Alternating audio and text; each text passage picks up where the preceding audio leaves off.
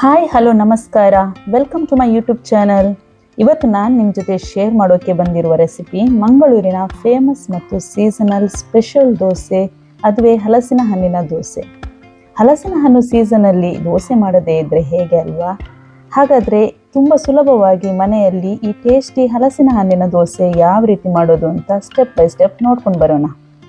ನಿನ್ನೆ ನಾವು ಶಾರ್ಜಾದ ಗ್ರ್ಯಾಂಡ್ ಮಾಲಲ್ಲಿ ನಡೆದ ಜಾಕ್ಫ್ರೂಟ್ ಕಾರ್ನಿವಲಿಗೆ ಹೋಗಿದ್ವಿ. ಅಲ್ಲಿಂದ ನಾನು 2 ವೆರೈಟಿಯ ಹಲಸಿನ ಹಣ್ಣನ್ನು ತೊಗೊಂಡು ಬಂದಿದ್ದೆ.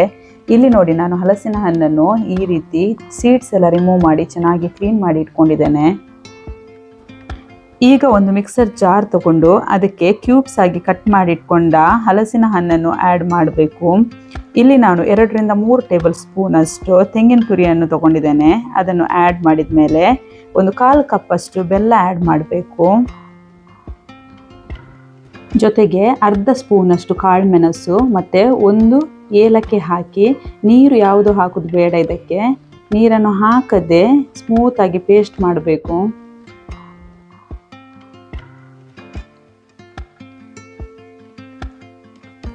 ಇವಾಗ ಗ್ರೈಂಡ್ ಮಾಡಿದ ಈ ಮಿಕ್ಸರನ್ನು ಒಂದು ಬೌಲಲ್ಲಿ ತೆಗೆದಿಟ್ಕೊಂಡು ಇವಾಗ ಅದೇ ಮಿಕ್ಸರ್ ಜಾರಿಗೆ ನೆನೆಸಿಟ್ಟ ಅಕ್ಕಿಯನ್ನು ಆ್ಯಡ್ ಮಾಡಬೇಕು.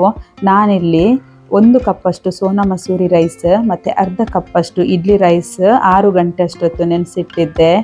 ಇಲ್ಲಿ ಸೋನಾ ಮಸೂರಿ ರೈಸ್ ಬದಲಿಗೆ ನೀವು ನಾರ್ಮಲ್ ಆಗಿ ಯೂಸ್ ಮಾಡುವ ದೋಸೆ ಅಕ್ಕಿ ಅಂದರೆ ಬೆಳ್ತಿಗೆ ಅಕ್ಕಿ ಕೂಡ ಯೂಸ್ ಮಾಡಬಹುದು. ನಾನು ಅಕ್ಕಿಯನ್ನು 2 ಬ್ಯಾಚ್ ಮಾಡಿ ಗ್ರೈಂಡ್ ಮಾಡ್ತಾ ಇದ್ದೇನೆ. ಇವಾಗ ಗ್ರೈಂಡ್ ಮಾಡಿ ಇಟ್ಕೊಂಡ ಈ ಮಿಕ್ಸಿಗೆ ನಾವು ಸ್ವಲ್ಪ ಸೋಡಾ ಹಾಕಬೇಕು. ಇಲ್ಲಿ ನೋಡಿ, ನಾನು ಇಷ್ಟು ಸೋಡಾ ತೊಗೊಳ್ತಾ ಇದ್ದೇನೆ. ಇದು 1/4 ಟೀ ಸ್ಪೂನ್ಗಿಂತಲೂ ಸ್ವಲ್ಪ ಕಮ್ಮಿನೇ. ಮತ್ತು ಸ್ವಲ್ಪ ರುಚಿಗೆ ತಕ್ಕಷ್ಟು ಉಪ್ಪು. ಇದಿಷ್ಟನ್ನು ಹಾಕಿ ಬ್ಯಾಟರನ್ನು ಚೆನ್ನಾಗಿ ಮಿಕ್ಸ್ ಮಾಡ್ಕೊಳ್ಳಿ. ನಾನಿಲ್ಲಿ ತೋರಿಸಿರುವ ಹದಕ್ಕೆ ಬರಬೇಕು ಬ್ಯಾಟರ್. ತುಂಬ ನೀರಾದರೂ ದೋಸೆ ಕರೆಕ್ಟಾಗಿ ಏಳಲ್ಲ. ನೋಡಿ, ಇಲ್ಲಿ ನಾನು ತೋರಿಸಿದ್ದೇನಲ್ಲ, ಈ ಹದಕ್ಕೆ ಬ್ಯಾಟರನ್ನು ಅಡ್ಜಸ್ಟ್ ಮಾಡಿಕೊಳ್ಳಿ. ಇವಾಗ ಮಿಕ್ಸ್ ಮಾಡಿದ ಬ್ಯಾಟರನ್ನು ಒಂದು 10 to 15 ಮಿನಿಟ್ಸ್ ಸೆಟ್ ಆಗಲಿಕ್ಕೆ ಬಿಡುವ. ನೋಡಿ, ಇವಾಗ ಆಫ್ಟರ್ 15 ಮಿನಿಟ್ಸ್ ನಾನಿಲ್ಲಿ ದೋಸೆ ಮಾಡ್ತಾ ಇದ್ದೇನೆ. ನೋಡಿ, ಬ್ಯಾಟರ್ ಎಷ್ಟು ಚೆನ್ನಾಗಿ ಸ್ಪ್ರೆಡ್ ಆಗ್ತಾ ಇದೆ. ನಾನಿಲ್ಲಿ ಸ್ಟವನ್ನು ಲೋ ಫ್ಲೇಮಲ್ಲಿ ಇಟ್ಟಿದ್ದೇನೆ. ಮುಚ್ಚಳ ಮುಚ್ಚಿ 1 ನಿಮಿಷ ಬೇಯಲಿಕ್ಕೆ ಬಿಡುವ. ಇವಾಗ ನೋಡಿ, ದೋಸೆ ಚೆನ್ನಾಗಿ ಬೆಂದಿದೆ. ಈಗ ಇದಕ್ಕೆ ತುಪ್ಪ ಸವರಿದ್ರೆ ನಮ್ಮ jackfruit dosa ready to serve. ಎಷ್ಟು ಚೆನ್ನಾಗಿ ಬಂದಿದೆ ನೋಡಿ, ದೋಸೆ ಎಷ್ಟು ಚೆನ್ನಾಗಿ ಎದ್ದೊಳ್ತಾ ಇದೆ.